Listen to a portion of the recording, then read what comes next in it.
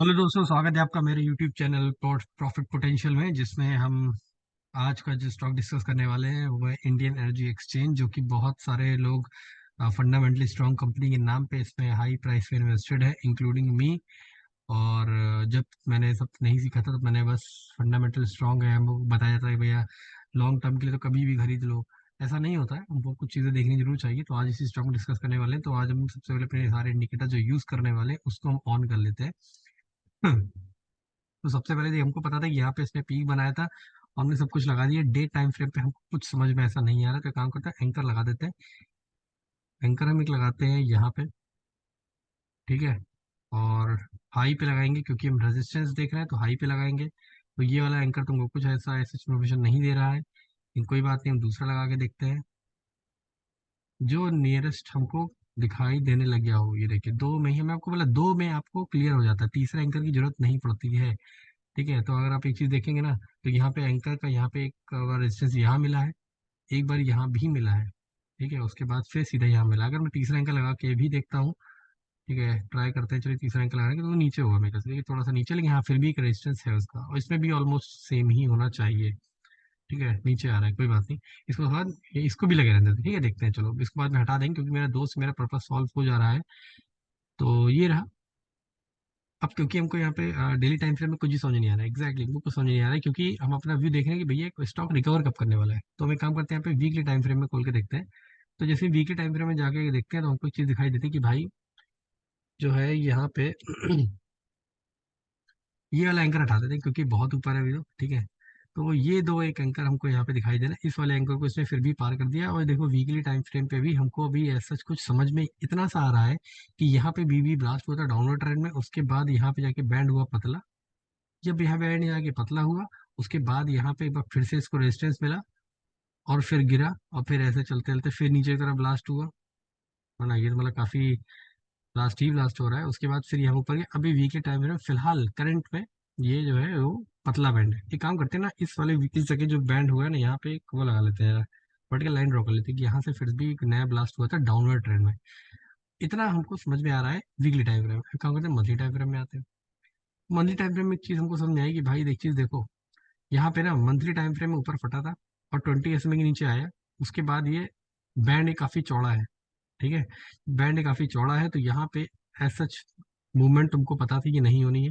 और क्योंकि ये 20 SMA को तोड़ के नीचे आ चुका है, तो एक बार उसके पास जाके रेजिस्टेंस जरूर लेगा। तो इसी के आसपास जाके कहीं से ये यहाँ से भी एक रिटर्न मारा है इस जगह पे, ठीक है। उसके बाद इसने क्या किया, यहाँ पे आया, 50 SMA पे सपोर्ट बनाया। उसके बाद अच्छा, देखिए क्या नहीं, यहाँ से जो है ना बॉलिंजमेंट, अच्छा मैंने एक चीज बताई थी ना कि ब्लास्टेड बैंड होता है, उसको अगली जर्नी स्टार्ट करने के लिए क्या होता है, बैंड को पतला होना पड़ता है। तो देखो यहाँ पे ना बैंड पतला होना शुरू हो चुका है ऑन मंथली टाइम फ्रेम। ठीक है, क्योंकि देखो यहाँ पे बैंड जो था ना, वो यहाँ पे ये डाउन, ये देखो इसका रेजिस्टेंस नीचे की तरफ जा रहा था, इसका सपोर्ट ऊपर की तरफ उठ रहा था। देखो इसने एक बार यहाँ पे रेजिस्टेंस लिया इस रीजन में, देखो यहाँ से हुआ था, यहाँ पे मेरे ख्याल से काफी लोगों ने बोला भी होगा कि हाँ भैया आइए इसका टाइम आ गया है, और है ना। तो यहाँ से बाद एक बार नीचे ऐसे आया, सब रेजिस्टेंस लिया, फिर नीचे आया, अब ये चलना चालू किया है। तो मुझे ऐसा लगता है कि ये मंथली टाइम फ्रेम में, क्योंकि बैंड पतला हो रहा है। अच्छा एक चीज़ है, यहाँ पे जब हम थे ना इस जगह, मैंने जो यहाँ पे मार्किंग करवाई थी, यहाँ पे आप देख रहे हैं बैंड ब्लास्ट भी हुआ था, कहाँ, डाउनवर्ड साइड में। तो यहाँ पे आप देख रहे हैं ना, यहाँ पे अच्छा, यहाँ पे एक चीज़ हम देखो देख के लग रहा है कि यहाँ से ना प्राइस जो है ना, प्राइस ने अपवर्ड साइड मूवमेंट दिखाना स्टार्ट किया था इस जगह, है ना, किया था ना। लेकिन क्योंकि ये मंथली टाइम फ्रेम में 20 SMA के भी नीचे था, तो आपको अगर पोजीशन बनानी थी ना, तो आप शॉर्ट टर्म पोजीशन बना सकते थे, लेकिन इससे 20 SMA के ऊपर तक की मूवमेंट तो इसमें एक्सपेक्टेड नहीं थी। तो शॉर्ट टर्म के लिए ठीक है यहाँ पे, ठीक है। उसके अलावा वीकली टाइम फ्रेम में और हम यहाँ पे क्या देख सकते हैं कि यहाँ पे डाउनवर्ड साइड में ब्लास्ट है। उसके बाद देखो यहाँ से, देखो अच्छा, देखो यहाँ से फिर से उठा, मैं इसको फिर से उठा देता हूँ जरा।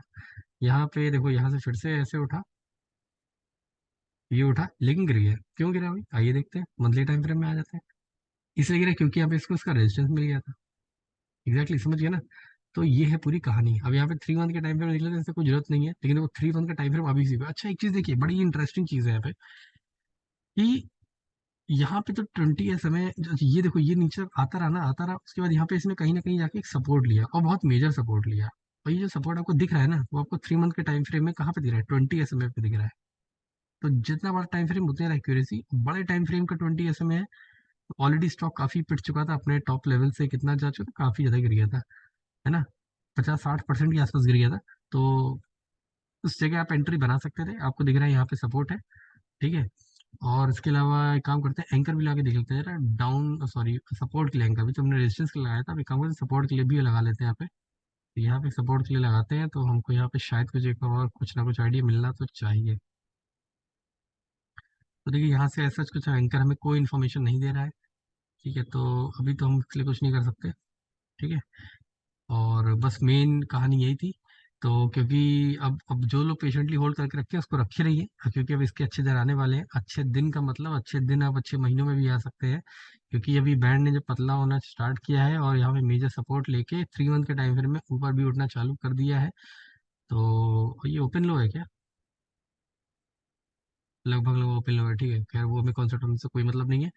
ओपन लो, और यहाँ पे बस ये कहने की चीज़ है कि यहाँ पे बैंड हो गया पतला। अब ये पतला होना, इतना भी हो सकता है बैंड पतला हो सकता है आपका 2024 निकाल दे, या फिर पहले ही मूवमेंट दे दे, उसके बाद ये धीरे धीरे अपना राइज करना चालू कर जाएगा। क्योंकि अगर मैं इसकी फाइनेंशियल्स की बात करूंगा ना, स्क्रीनर स्क्रीनर की मैं अगर बात करूंगा तो यहाँ पे IEX की अगर बात करूंगा, तो यहाँ पे आप सोचिए ना यार, इसका जो नेट प्रॉफिट है, PNL है, ईयर ऑन ईयर बेसिस का, वो यार हाईएस्ट है 329, है कि नहीं? और बाकी तो बैलेंस शीट वगैरह तो अच्छी है, ये क्वार्टरली रिजल्ट हाईएस्ट है, तो भैया अब हो गया, दिन खत्म इसके। अब जिसने एक्टिवेट करके रखा हुआ है, बहुत टाइम से रखा हुआ है, तो उसको रखे रहिए। तो लेकिन मैं बस यही कहना चाहता हूँ आपको, अगर आपको कोई भी स्टॉक फंडामेंटली स्टॉक दिख रहा है, और कोई भी आपको किसी यूट्यूबर से आप सुने कि हाँ भैया ये जो, एक्चुअली क्या होता है मैं आपको बताता हूँ, आपने आप सच अगर आपको इस चीज़ से रिलेट करो तो आप इसको प्लीज वीडियो को लाइक करना। जब IEX यहाँ पे इसने टॉप बनाया था ना, तो बहुत सारे यूट्यूबर क्या बोले थे, IEX फंडामेंटली स्ट्रॉन्ग कंपनी, अपने हाई इसी वर्ड्स में बोला था, फंडामेंटली स्ट्रॉन्ग कंपनी अपने टॉप लेवल से 25% डिस्काउंट पे मिल रही है। तो भैया हम इंडियंस हैं, डिस्काउंट वर्ड तो हमको जब 25, अरे तो बहुत सस्ता है। तो ये सब चीज़ें नहीं करनी चाहिए, ठीक है। तो ये चीज़ें, और इस समय तो खैर वो भी था ना, बहुत ज़्यादा स्टॉक मार्केट टॉप पे था, तो उसको नीचे तो आना ही था। उसके बाद जैसे ही इसने जब क्या हुआ यहाँ पे वीकली टाइम फ्रेम पे का एक चीज़ और चेक करते हैं, और यहाँ पे तो वीकली टाइम में से कुछ नहीं दिख रहा है, लेकिन हाँ देखो, अगर आप सोचो यहाँ भी अगर एंट्री बनाने की सोचते हैं ना, तो आपको दिख रहा है ना इस रीजन में, मैं सारी ड्राइंग हटा देता हूँ यहाँ से, आपको यहाँ से दिख रहा होगा ना कि ये रीजन जो है इसमें वैल्यू तो ब्लैंड बैंड नीचे की तरफ फटा हुआ है, ठीक है। मैं काम करता हूँ यहाँ पे, मैं अगर मैं एंट्री बनाने की सोचता भी, मान लो मैं यहाँ पे एंट्री बनाने की सोचता भी यहाँ पे, तो ये जो है ना, ये मूविंग एवरेज कट कर रहा है, तो मेरी वाली जो कंडीशन याद हो अगर आपको, तो ऐसे करके कट कर रहा है, तो भैया नहीं है, तो देखो दो बड़े मूविंग एवरेज आपस में ऐसे कट कर रहे हैं, 50 वाला ऊपर जा रहा है ना।